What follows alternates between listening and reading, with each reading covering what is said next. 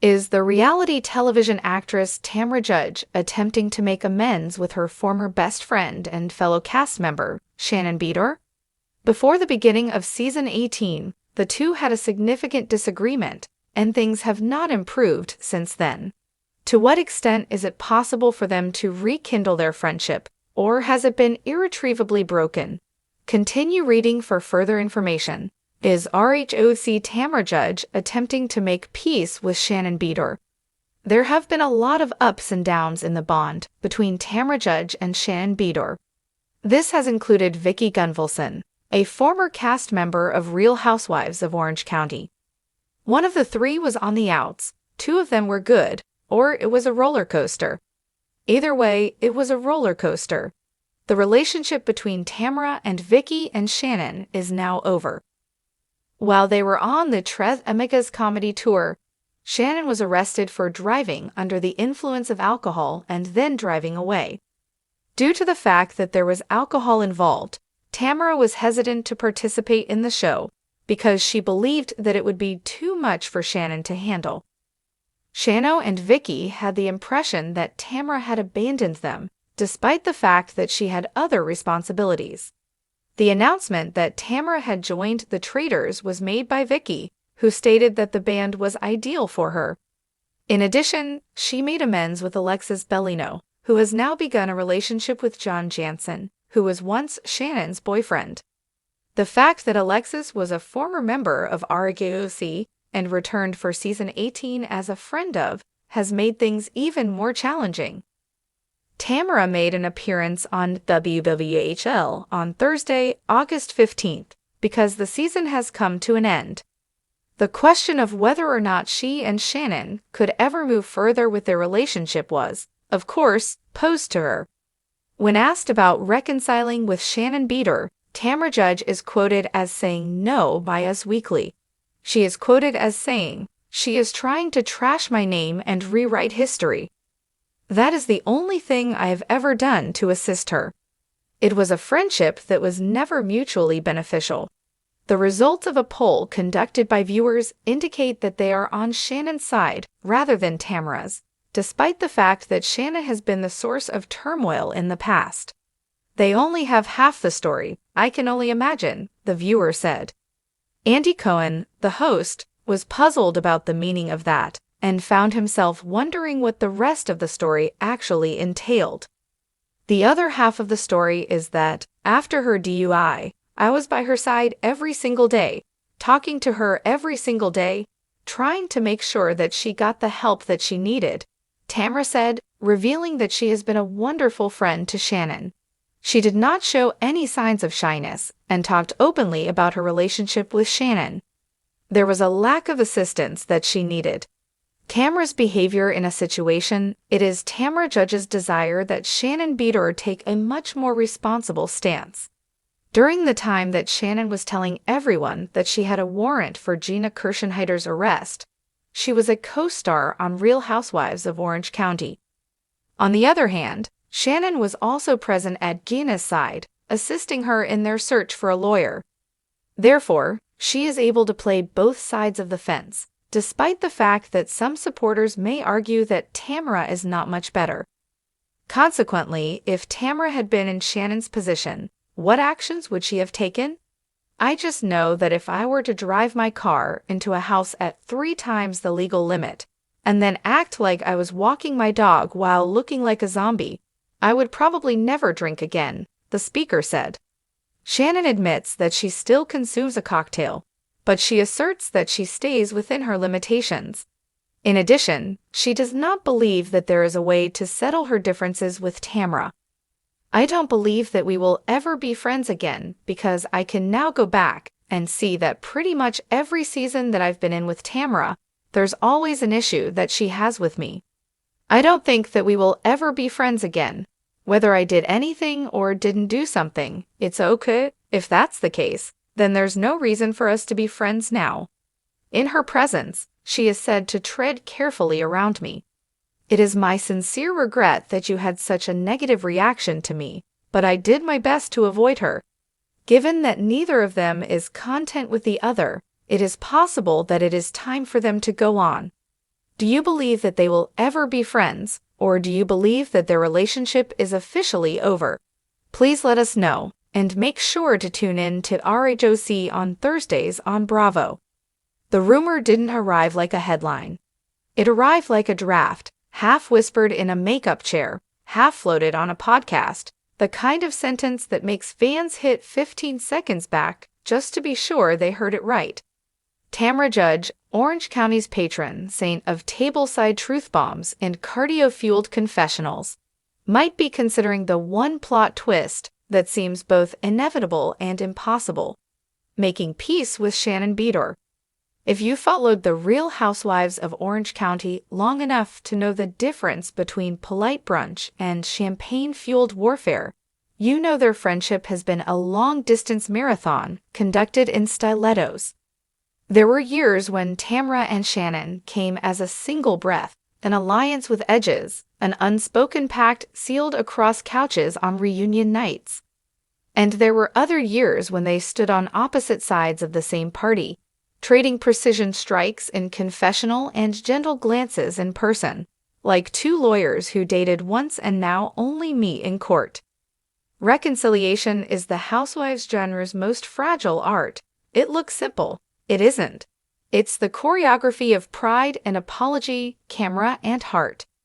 You have to say the real thing on a stage built for performance, and somehow let the sincerity land without turning it into a storyline you can't escape. So why now? Why Tamra? Why Shannon? The morning after a decade. Imagine Tamra's kitchen at 7 a.m., the light a little too honest, coffee toughness softened with a splash of almond milk. Her phone is already awake, algorithm spinning, fan tags, Bravo meme pages, a clip of Shannon laughing in a throwback montage, an unflattering slow motion of a mid-season argument. Tamra wishes she'd delivered 3 beats slower. There are text messages, some from producers, some from friends who can only safely use first names. Did you see? Are you going? She looked good last night. I miss the old days, but not the old stress. There is a category of nostalgia reserved for friendships you fought in public. It's not nostalgia for the conflict, it's nostalgia for the shorthand.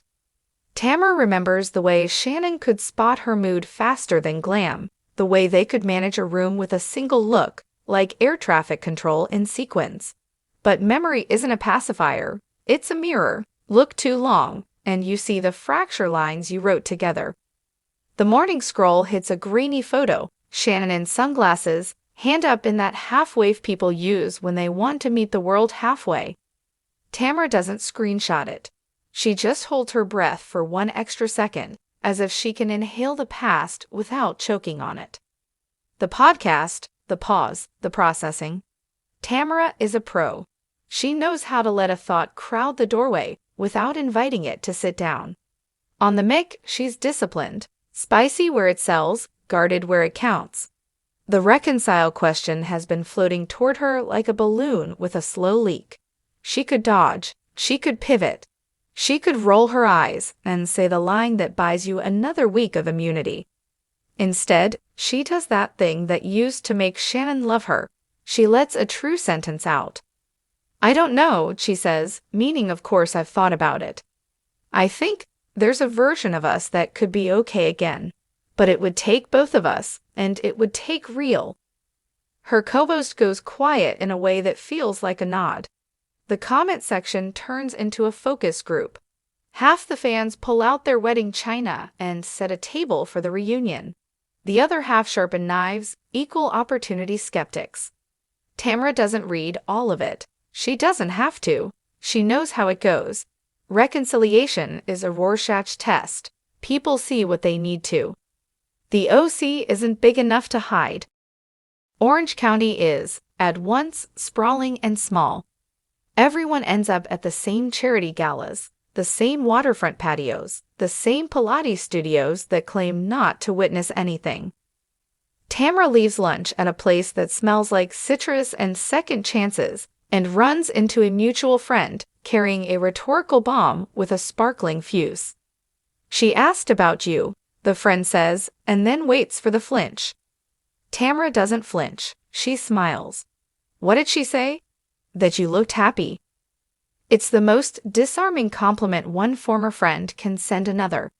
Not you look great, or you look skinny, or you look rich. Happy. It lands like a kindness and a dare.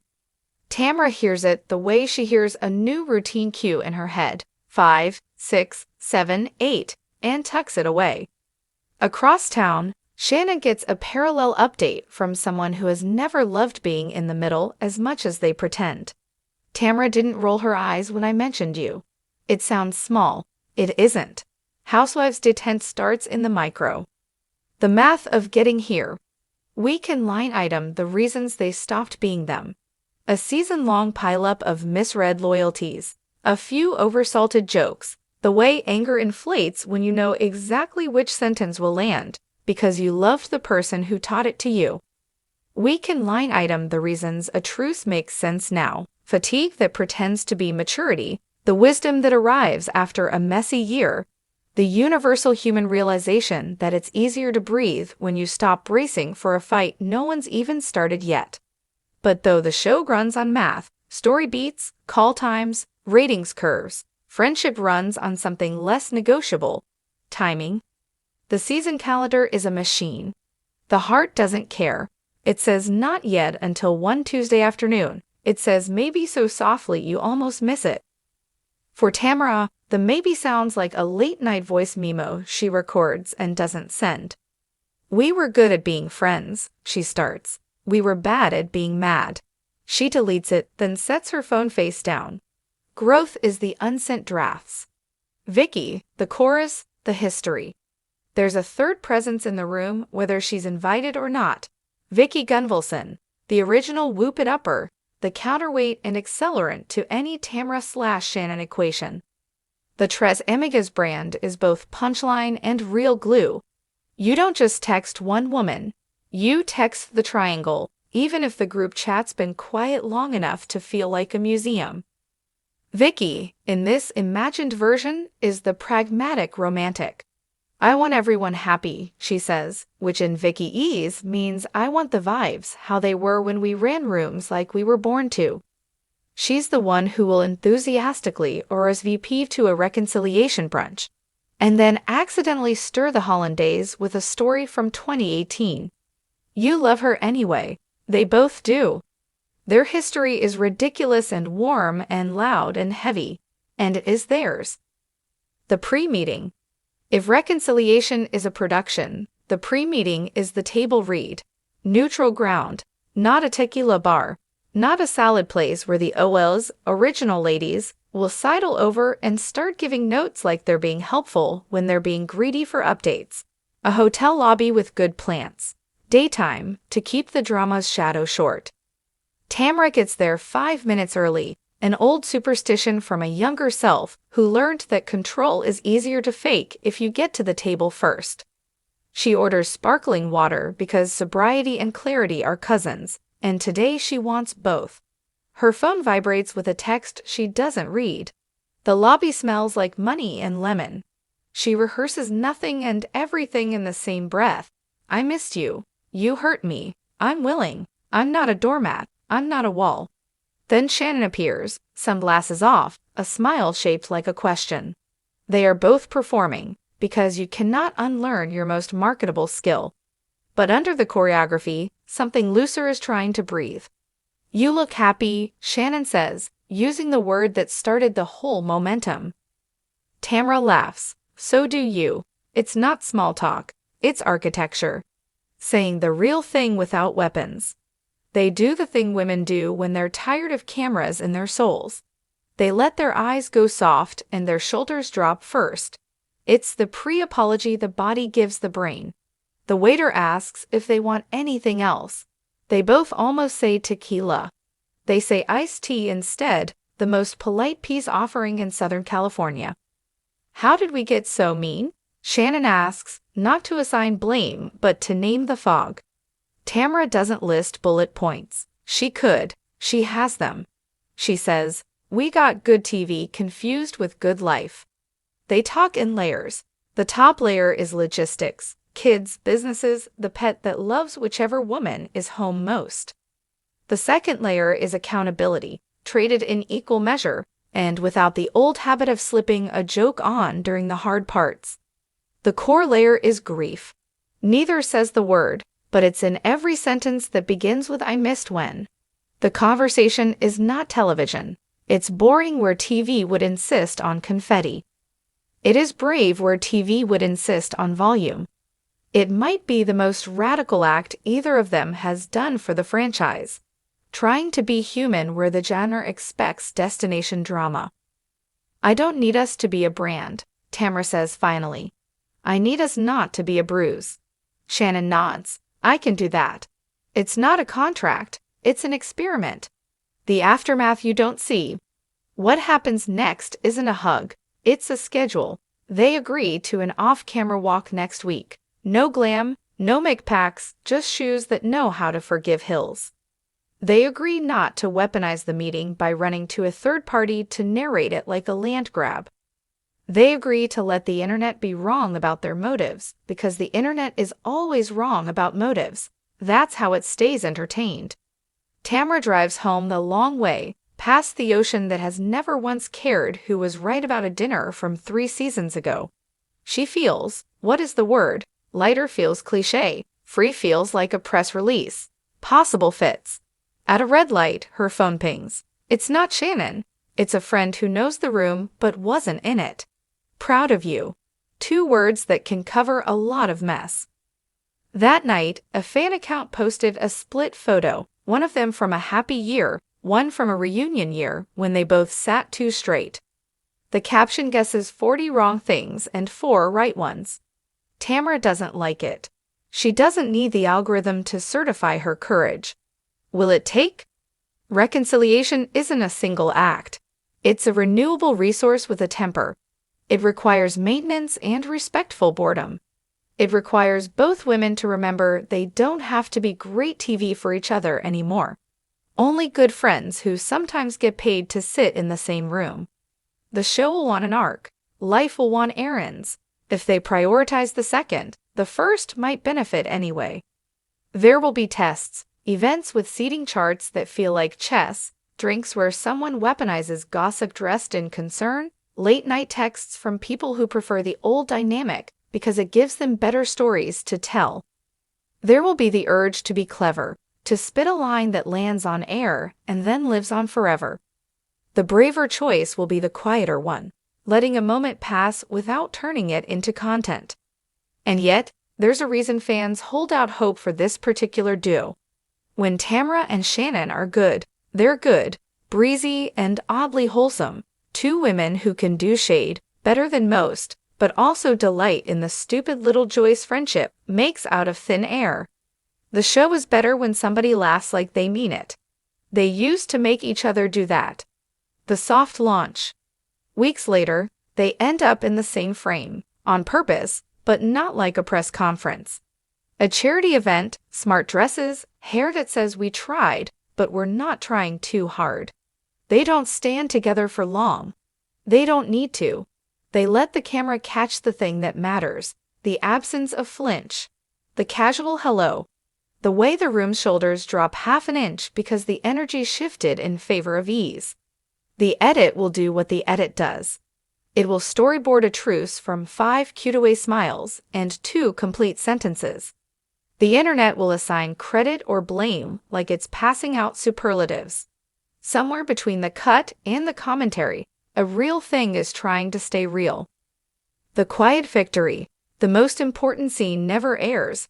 It's a Tuesday, nothing special, the sky over the 405 performing its usual magic trick of being both everywhere and nowhere. Tamra and Shannon are on that walk they promised each other, the kind of walk that reminds you bodies are not just vehicles for outfits. They talk about kids and dinners and the audacity of coyotes. They argue about a restaurant they've both misremembered and then text Vicky for the tiebreaker because some traditions are sacred. They reach a hill that used to leave them breathless. It doesn't today, not metaphorically, literally. That's the quiet victory of reconciliation. You get your breath back. You remember you can do hard things without an audience. At the top, They stop and look out at a patchwork of lives that are always going to intersect in strange public ways. It's messy. It's tender. It's theirs. Friends, Shannon says, making it small on purpose because grand declarations are for finals. Working on it, Tamra says, which is the most honest, hopeful answer a grown woman can give another. And in a franchise built on declarative statements, that one, humble, ongoing, it promised to show up again tomorrow, sounds like the bravest plot twist of all.